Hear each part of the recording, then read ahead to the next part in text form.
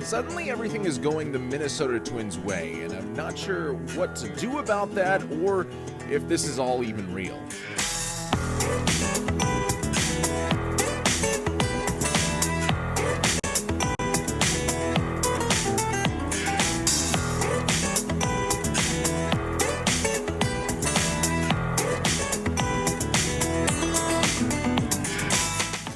Hello and welcome to the latest episode of the Twinkie Town Tavern. I am your host, Josh Kolojeski.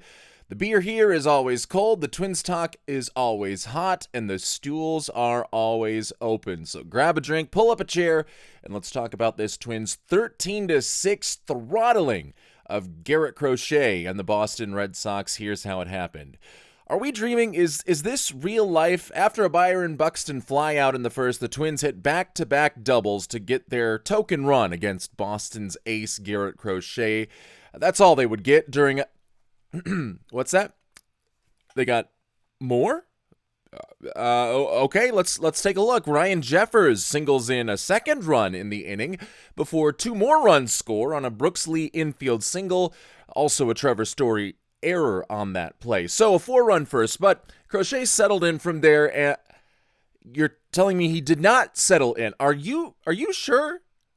All right, we're going to head into the second inning where Buxton singles. Austin Martin and Luke Keeschel walk, and Ryan Jeffers drives in another run. The Twins took a 5-0 lead, and I double-checked the time on my phone to see if this was a dream. That's one of the things you can do. If the time changes drastically, then you're in a dream. It stayed the same. Josh Bell followed up with a 2-run double, so I pinched my nose, I closed my mouth and tried to breathe, because in a dream you would still be able to breathe.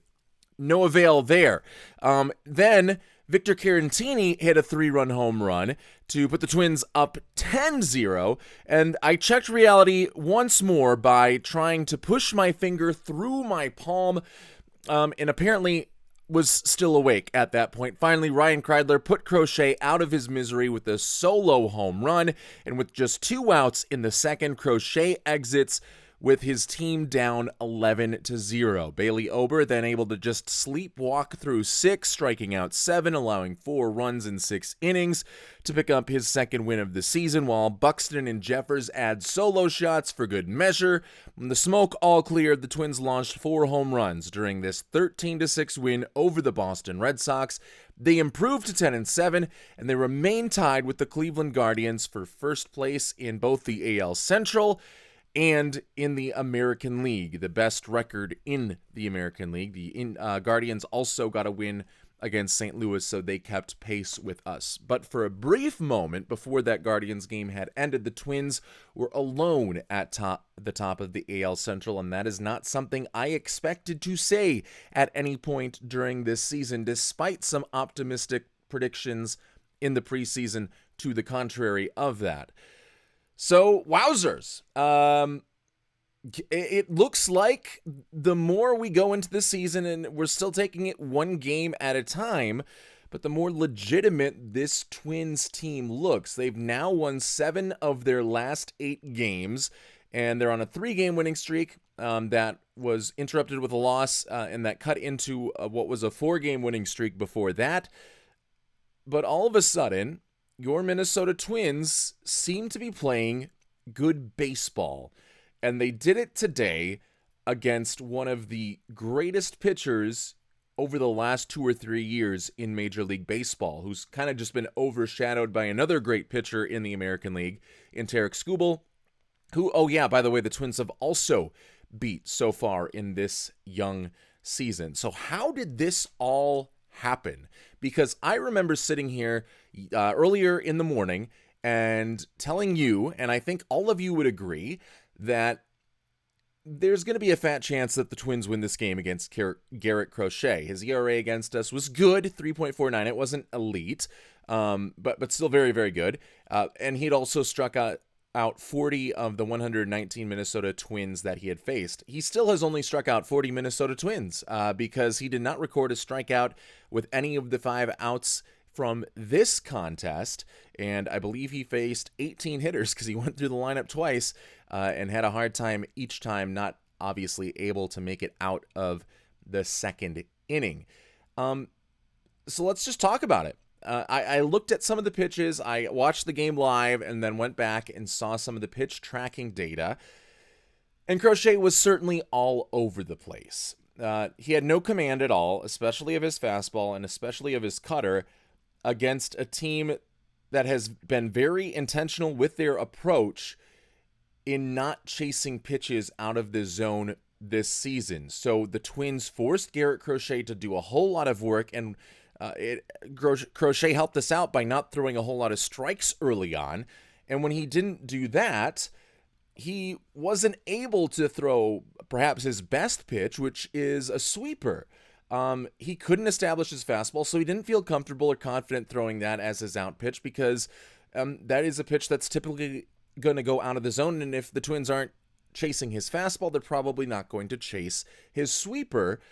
So you're either throwing another ball with the sweeper and it's a non-competitive pitch, or you're hanging a sweeper and hoping that the Twins don't knock it out of the ballpark. It turned out to be a no-win scenario for Garrett Crochet. I will say Brooks Lee and Byron Buxton did have some bigger chase rates than the rest of the team, but all the other 7 guys in the Twins lineup had chase rates of below 30%, which is a good place for the Twins hitters to be. That's kind of where I think that they have wanted the Twins to be, where the hitting coaches have wanted the Twins to stay.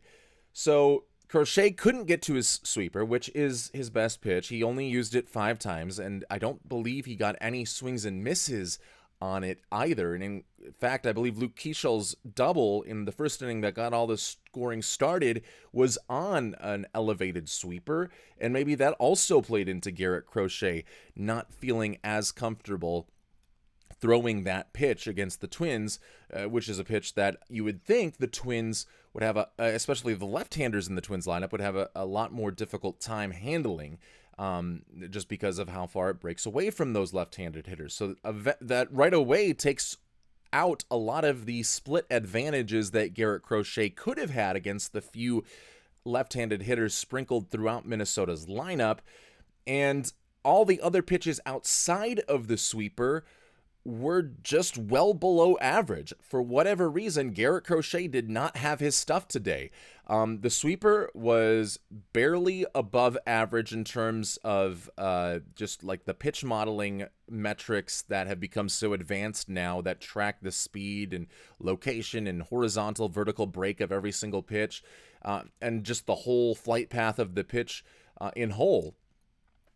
And all of the other pitches outside of the sweeper were all well below average.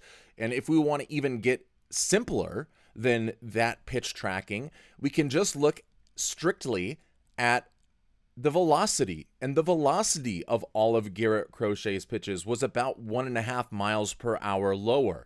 So maybe that is also something that could be looked into. I know the Boston Red Sox broadcast talked a little bit about, well, is Garrett Crochet potentially tipping his pitches? From the release point perspective, that did not look to be the case. His release point was still all in the right spot, all in the same spot, so that the pitches are tunneling off one another pretty well.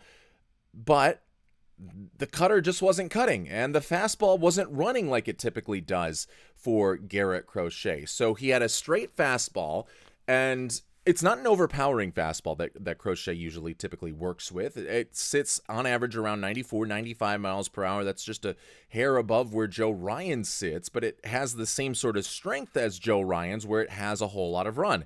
Except today it didn't have that run. And the cutter, while it dropped down a little bit, it pretty much stayed on the same horizontal plane with every one of those cutters. So now you're just throwing a slower fastball, essentially, that you're hoping gets the movement it typically does, but in this case it did not. And Minnesota took advantage of that. They were selective and tried to be very decisive in the swings that they took in this game against Garrett Crochet, and that decisiveness and that patience at the plate paid off because they got some straight fastballs to just rake around the ballpark.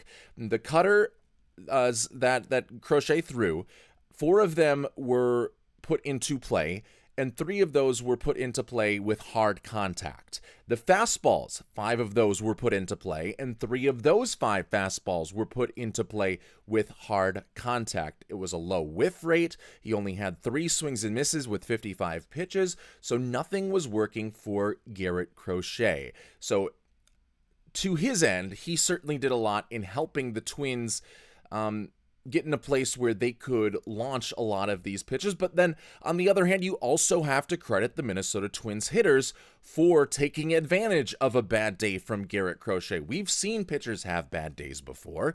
Every pitcher has probably about 5 days throughout the regular season where his stuff just completely isn't there. And yet, we still don't see most of those pitchers, especially ones that are at the level of Garrett Crochet, we still don't see them give up 11 runs in 1 2/3 innings. And yet that is what Minnesota was able to do, really capitalizing on a mistake by Trevor Story that allowed Minnesota to get a couple extra runs in the first inning, and then just going full out abuse on Garrett Crochet in the second. They were able to get at least 9 hitters during both of those innings.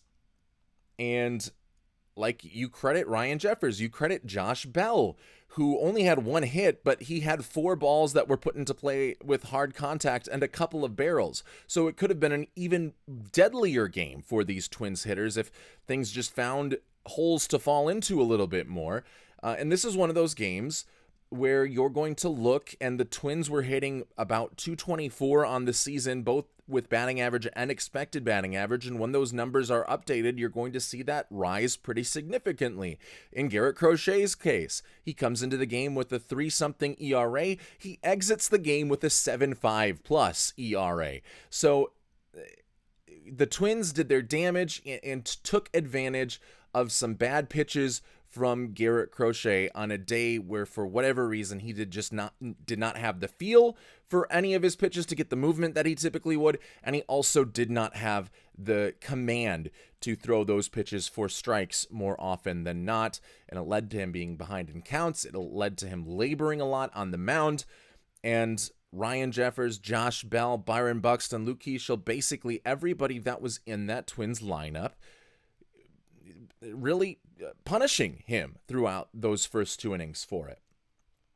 So the hitting put on a absolute clinic, and that's something that I think we'd noticed and we were kind of waiting for because of the high hard hit rate that Minnesota has had so far this season, and hits that were not falling or fly balls that we're not carrying because of the colder winter air still in, spring air technically, but for all intents and purposes, winter air in early March and April in Kansas City and in Minnesota. A lot of those fly balls we're not carrying, even though a charge was put into them, even though they were barreled up. And now in the warmer weather, not, heating up significantly, but as you get more into the season, those balls start to fly off the bat a little bit faster and go a little bit further, with the air being seemingly a little bit thinner. So that was something that even when we were losing our first couple of games against Baltimore and against Kansas City, that we could look at and say, okay, but we're making good contact, and as we go deeper into the season, that hard contact should lead to more hits. And that kind of all came together to a head today because everybody was getting hard contact. So how, though, was our pitching? Because on a day where you put up 13 runs, on a day when you hit 4 home runs, it is very easy to kind of just forget about what happened on the mound. And it was Bailey Ober on the mound, and I had mentioned that it would probably be a rough day against a very good Boston Red Sox lineup. And on the surface, it wasn't like this spectacular day. It was not a quality start for Bailey Ober. He gives up 4 runs in 6 innings, but I think the key numbers to also look at are 7 strikeouts and 1 walk. And I think for Bailey Ober, it was probably his best start of the 2026 season so far, even if the numbers might not line up with that. His velocity was up a tick. He was averaging an extra mile per hour, so maybe Garrett Crochet's, averaging under a mile per hour on all of his pitches. He donated that to Bailey Ober today, who was able to get over a mile per hour above his average this season, which again is still less than what we've typically seen from Bailey Ober pre-2025, but at least is trending upwards, and hopefully that continues to trend upwards. Maybe, and probably more likely, it is just a one-off or an outlier, and he goes back to 88, 89 where his fastball sits, but knock on wood, this continues better things for Bailey Ober. His changeup was also working nicely. He got a lot of swings and misses on that changeup. He still did not have great command of the fastball or changeup. There were times where he was throwing the changeup precisely where he wanted it, and there were times where he left it up and hanging, and those are times where the Red Sox hitters would put good charges into those pitches. And his fastball also kind of all over the place. He's not really attacking with the fastball down. He continues to go up in the zone or in the middle of the zone and giving a lot of meatballs for opposing hitters, and I don't know if that's part of the strategy or not, but I would assume not, because that, with a fastball that doesn't have a lot of movement and sits most of the time under 90 miles per hour, against major league hitters, they are typically going to have a field day if you're not locating those pitches on the edges or down in the zone. But he had his changeup feeling good enough to make up for those hung fastballs. And like I said, he still hung some of those changeups, but just not as much. But he also had probably more of those changeups going in that lower outside corner, depending on what batter and their handedness that he was going up against. So he gets a higher whiff rate than typical. He has a lower hard hit rate than typical. And the peripheral numbers would say that this is Bailey Ober's best start. So does that mean that all of his issues are fixed? I don't know. Let's see if this trend of higher velocity continues, or at the very least he can stay on track from what he had in this start, and just stay at that level, and that becomes his baseline for the rest of the 2026 season. Otherwise, again, I think it's going to be hard to keep Bailey Ober in the rotation as the season gets later and the hitters get better. But if it begins to trend upwards, and it doesn't need to be overpowering. Bailey Ober has never been an overpowering pitcher, but he's needed to at least get 91, 92 miles per hour in order to be the number 2 pitcher in a rotation that we saw in the earlier parts of his career between 2022 and 2024. So, encouraging, still not completely bought in on the Bailey Ober experience.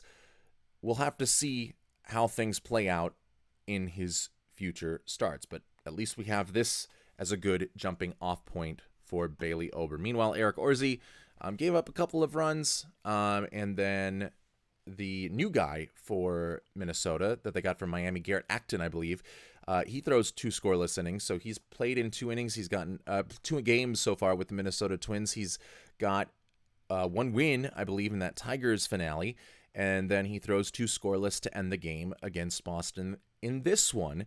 And I don't know if Garrett Acton is long for the Twins roster this season, but at the very least, you're getting innings out of him in a game that was kind of decided in the second inning. I had pretty much turned off the game after the Twins got to 11, and the Red Sox decided to pull Garrett Crochet.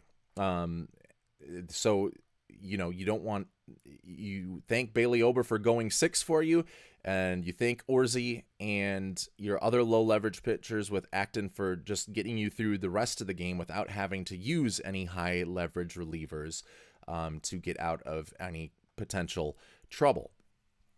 So where do we go from here? Because this could be a seminal moment for your 2026 Minnesota Twins, where a 9-7 start heading into a series against Boston, the overwhelming likelihood that you're not going to have a good game against one of the top left-handed pitchers in Major League Baseball, in Garrett Crochet, that is kind of where you are at. And then you see that, okay, not only can we do this against some of the lesser pitchers like Eric Lauer and Patrick Corbin. Because even when they did it against Tarek Skubal or Casey Mize, like, it wasn't this hard-hitting affair that Minnesota had in that 4-run inning against Tarek Skubal. It was a kind of a mix of just putting the ball in play and staying aggressive at the plate and forcing the Tigers to make some mistakes. In this case, though, it was hard hits all over the ballpark against Garrett Crochet. And that could be a leaping off point for this Twins offense throughout the rest of the season. We might, in September, look back and point to this day as the day where we began to get our full confidence in the Minnesota Twins. And for me, that would be similar to a May 2019 game against the Los Angeles Angels, where the Twins, I believe, hit 7 or 8 home runs in this game. And that is when I really felt that 2019 team could be a powerhouse and be a behemoth to face for any of those teams. Obviously, they get swept in the playoffs, but they, win 100 games to become just the second Minnesota Twins team to win 100 games in a season. So that it could be this moment today, this 13-6 win, this absolute battering and just complete throttling of Garrett Crochet could be the precursor, like it was in 2019, to a surprising and good, strong season. And using proof of concept of this offense being used effectively against one of the best pitchers in Major League Baseball. That's what happened in 2019, but I could also point to 2011, and it was a roster that did not have as many studs as the 2019 team did, but were able to put off a similar sort of game against the San Francisco Giants. And granted, at this point of the season, the Twins had kind of shown that they were not going to be the 2010 Minnesota Twins from the year prior. They were having issues of their own. Even so, they were on a little bit of a winning streak, or at least a little bit of a hot part of the season in interleague play at that time. And they went up against the San Francisco Giants, the reigning world champions at the time, and Madison Bumgarner, who entering that game in his last 10 starts had a 2.03 ERA. And what do? The first 8 guys get on against Madison Bumgarner, and they score 8 runs in the inning, and it looks like, okay, this 2011 team could be the ones to turn the corner now. This is where our story really starts after a slow start to the season. We were able to get our confidence back against Madison Bumgarner, but then you look and you see, that lineup had Alexi Casilla, Luke Hughes, Tsuyoshi Nishioka, Brian Dinkelman probably at some point in there, and then reality set back in after that moment, and we all know what happened with the 2011 Twins. They go 63-99, almost lose 100, but because the baseball gods wanted to send John Gordon out with a victory in his final game, gave Minnesota a walk-off win to spare them a 100-loss season and to sink them just at 99 losses. So just because the Twins were able to hit a pitcher as hard as they did Garrett Crochet does not mean that necessarily, it doesn't not mean this, but it does not mean that you can have sustained success throughout the rest of the season, and that just changes everything. We've seen two sides of that coin, and now it is up to these Twins hitters and the ownership group and Jeremy Zoll and Derek Shelton to keep this momentum going so that you fall into the 2019 Twins bucket and not into the 2011 Twins bucket, because those range of outcomes are fairly significantly large. So it needs to be the Twins hitters not resting on their laurels and not just celebrating this as like, oh, this is what should happen, but continuing to put in the work like they have, like guys like Austin Martin and Ryan Jeffers taking just worlds ahead better at bats than they did during the 2025 and 2024 seasons. Keep the pressure on, because when you make those starting pitchers work, when you make them labor by just throwing more pitches, even on the days where you're not hitting the ball all around the ballpark, you're still making them work. You're still making them be very wary of where they're throwing the ball and perhaps giving you more to hit because they know that you're not going to chase as much out of the zone. You need to keep up that identity, and if you are able to keep up that identity, then I think this offense becomes a little bit more sustainable. Not like 11 runs against the best pitcher in baseball sustainable, but sustainable nonetheless. Let's hope that can happen. I am not going to make a prediction either which way. I still would probably lean towards 2011 Twins if I knew that the lineup would be like this throughout the rest of the season. But like we said in the earlier episode following the series win over the Toronto Blue Jays, this lineup might not be the same lineup in July that it is today when you have some really good prospects that you hope are really good prospects waiting in the wings in St. Paul. Some quick news and notes and stats from this one. The Minnesota Twins, and I'm going to just keep tracking this throughout the course of the season because I think it kind of shows just a huge difference in this team's situational hitting and last year's team's situational hitting. The Twins now still lead Major League Baseball with 33 RBIs that come with the bases loaded. That's 33 bases loaded RBIs in just 17 games this season. So you're averaging almost 2 per game. And again, the Twins in 162 games last season had 74 total runs batted in bases loaded situations. They also had just 21 hits in those same bases loaded situations. I believe right now it was 10 heading into the game, and they got 3 today. So they're at 13. They're well over halfway to the same amount of hits that they got with the bases loaded in 2025. In fact, almost 2/3 of the way to matching that total. So the bases loaded deficits that we've had over the last 3, 4, 5 seasons, seems like we're finally putting those in the past.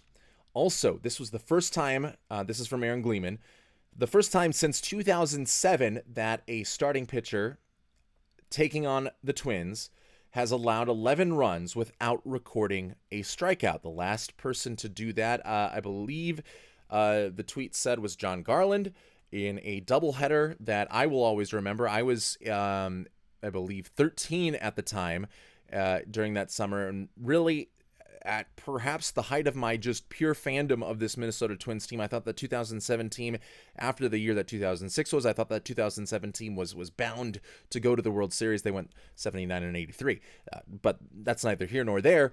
And this one beautiful July day in Chicago, Minnesota had 2 games against the Chicago White Sox, and they won that first one in which the aforementioned John Garland gave up 11 runs in his start without striking anybody out.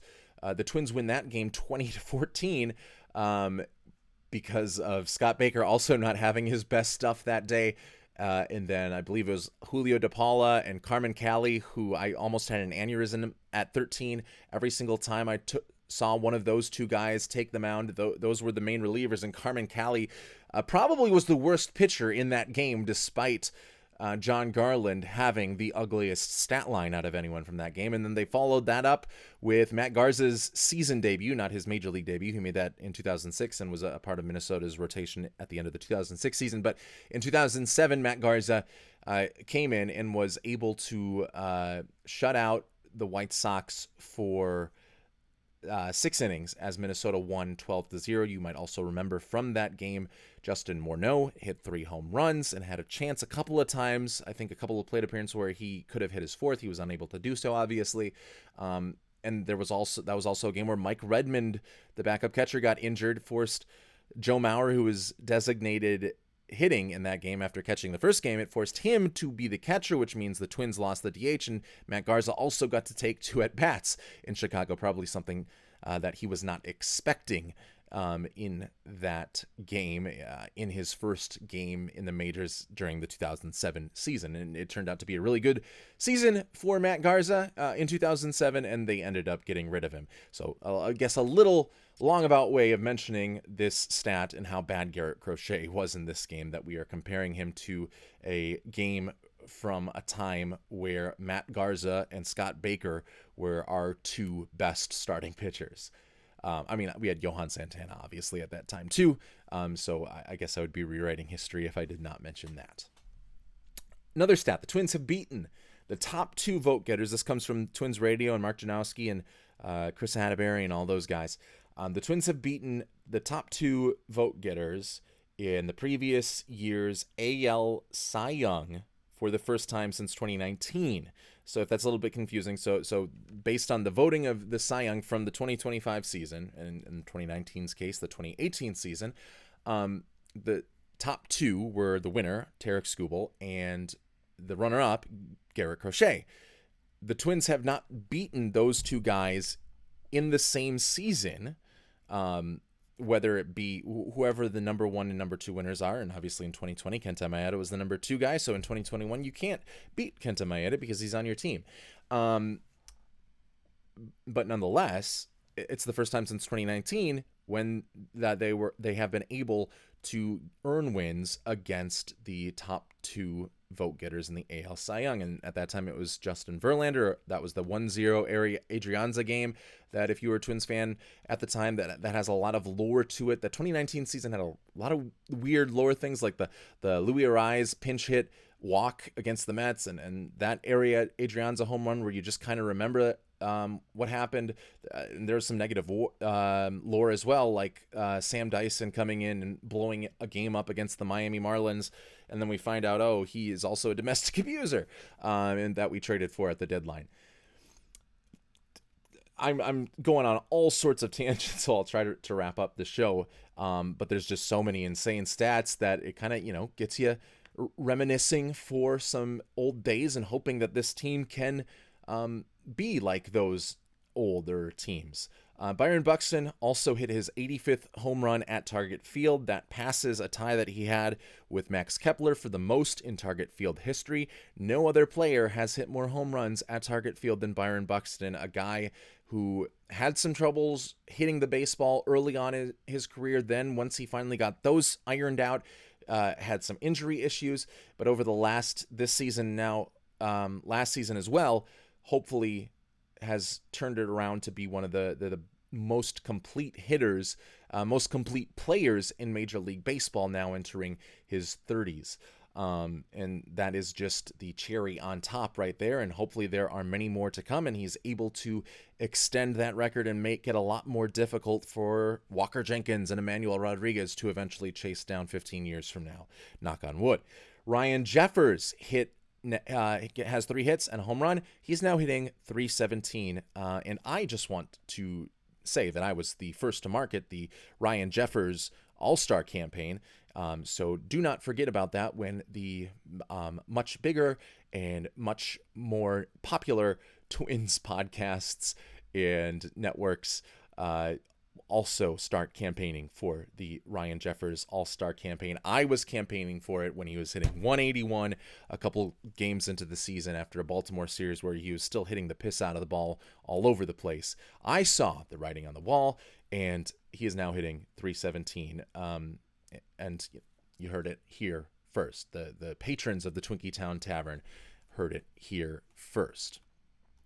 Those are all the stats and notes. That's all I have for you from this game. Up next for the Twins, they will go for their 3rd straight series win when they take on the Boston Red Sox in Game 2 at Target Field today. They'll go up against old friend Sonny Gray, who is 2-0 with a 2.76 ERA in his first season since being traded from St. Louis over to the Boston Red Sox. He will go up against Mick Abel, who is coming off of his best outing of the 2026 season. He will look to build on some of the momentum that he had in that last game. All right, that's the last call on Twins Talk for tonight. Thanks for pulling up a stool and joining the conversation at the Twinkie Town Tavern. We'll see you back here after tomorrow's game. Go Twins!